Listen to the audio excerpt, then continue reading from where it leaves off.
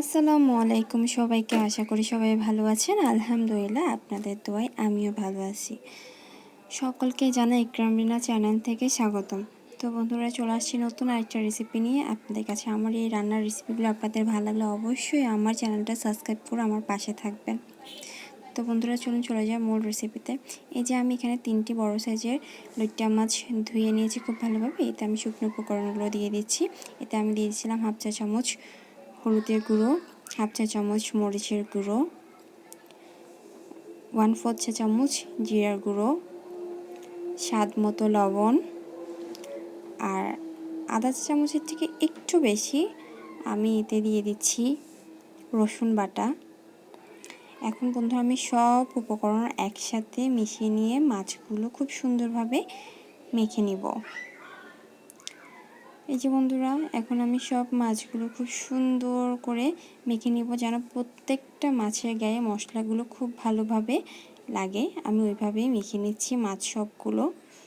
তো বন্ধুরা, আমি খুব ভালোভাবে মাছগুলো দেখুন মেখে নিয়েছি।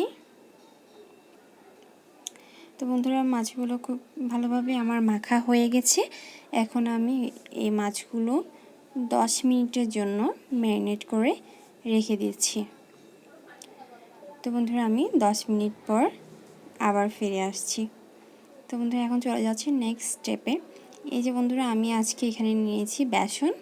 আমি এখানে মেজারমেন্ট কাপের 1 কাপ বেসন নিয়েছি। আপনারা চাইলে এটা ময়দা দিয়েও করতে পারেন। আমি এখানে বেসনটা ইউজ করছি। তো বন্ধুরা, আমি এখানে 1 কাপ নিয়ে নিয়েছি বেসন। এখানে 1 চিমটি দিয়ে দিচ্ছি মরিচের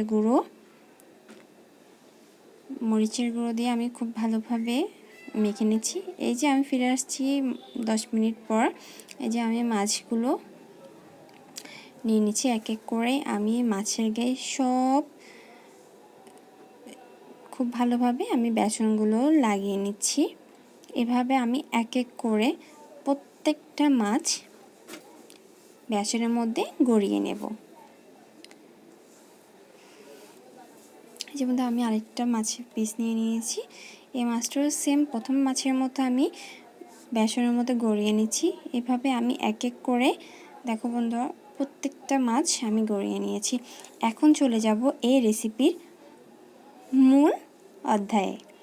তো বন্ধুরা, আমার সব মাছ তো বেসন দিয়ে মোড়ানো হয়ে গেছে। প্রথমত আমি এদিকে অন্য আরেকটা বাটিতে কিছু পরিমাণের পরিষ্কার পানি নিয়ে নিয়েছি। এখন আমি কি করব, এই পানিতে বেসনে মুড়িয়ে রাখা যে মাছগুলো দেখেছো তোমরা, ওই মাছগুলো এক একটা করে আমি পানির মধ্যে একটু চুবিয়ে নেব। বেশিক্ষণ রাখবো না, আমি সাথে সাথে পানি থেকে চুবিয়ে তুলে ফেলবো। তুলে আমি আবার পুনরায় বেসনের মধ্যে মাছটাকে গড়িয়ে নেব। এই যে বন্ধুরা দেখো, আমি খুব সুন্দর করে বেসনের মধ্যে মাছটাকে গড়িয়ে নিচ্ছি। দেখো খুব সুন্দরভাবে আমি গড়িয়ে নেওয়া হয়ে গেছে। দেখো, এরপর আমি একটু তুলে ঝেড়ে নিচ্ছি যেন অবশিষ্ট বেসনগুলো ঝরে যায়। এই যে আমি একটা প্লেটে রেখে দিচ্ছি। এইভাবে আমি প্রত্যেকটা মাছ গড়িয়ে নিয়েছি। তো বন্ধুরা, এরপর আমি চুলায় একটা তাওয়ায় বসিয়ে দিয়েছি। এতে দিচ্ছি পরিমাণ অনুযায়ী তেল, যেন মাছগুলো আমি ডুবো তেলে ভাজতে পারি ওই অনুযায়ী তেল দিয়ে নিচ্ছি। আর তেলটা গরম হয়ে গেলে আমি এতে মাছগুলো দিয়ে দেবো। আমি চেক করে নিচ্ছি তেলটা গরম হয়েছে কিনা। এখন আমি এক এক করে মাছগুলো তেলে ছেড়ে দেব। তো বন্ধুরা, এই যে আমি এক এক করে দিচ্ছি। আর এই ক্ষেত্রে আপনারা খুব সাবধানে মাছগুলো দিবেন, কারণ অনেক সময় তেল ফুটে গায়ে আসতে পারে, তাই এখানে সাবধানতা অবলম্বন করবেন। এই যে আমি প্রত্যেকটা মাছ দিয়ে দিলাম বন্ধুরা। তো এই যে আমার মাছগুলো এক পাশ হয়ে গেছে। হয়ে যাওয়ার পরে মাছগুলো একটু উল্টিয়ে দিচ্ছি বন্ধুরা। দেখুন খুব সুন্দর, মাশাআল্লাহ, খুব সুন্দর কালার আসছে। এই যে আমি প্রত্যেকটা মাছগুলো আমি উল্টিয়ে দিয়েছি। তো বন্ধুরা, এখন এই যে দেখো বন্ধুরা, আমার মাছগুলো হয়ে গেছে। আমি এক এক করে মাছগুলো তুলে নিচ্ছি একটা প্লেটে।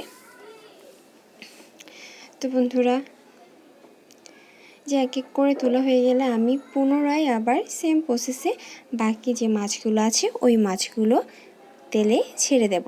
তো বন্ধুরা দেখো, এই যে আমার মাছ ফ্রাই হয়ে গেছে, চলে আসছি পরিবেশন করে আপনাদের কাছে। তো বন্ধুরা অবশ্যই জানাবেন আমার পরিবেশনটা দেখতে কেমন হয়েছে, আর অবশ্যই দেখে বুঝতে পারছেন মাছ ফ্রাইটা খেতে কতটা টেস্টি অ্যান্ড কতটা ইয়াম্মি হবে আর কতটা লোভনীয় লাগছে। অবশ্যই আমার রান্না যদি আপনাদের ভালো লেগে থাকে অবশ্যই আমার চ্যানেলটা সাবস্ক্রাইব করে আমার পাশে থাকবেন, এমনকি নতুনদের দেখার সুযোগ করে দেবেন। তো বন্ধুরা আজকের মতো এখানে শেষ করলাম, সবাই ভালো থাকবেন, আল্লাহ হাফেজ।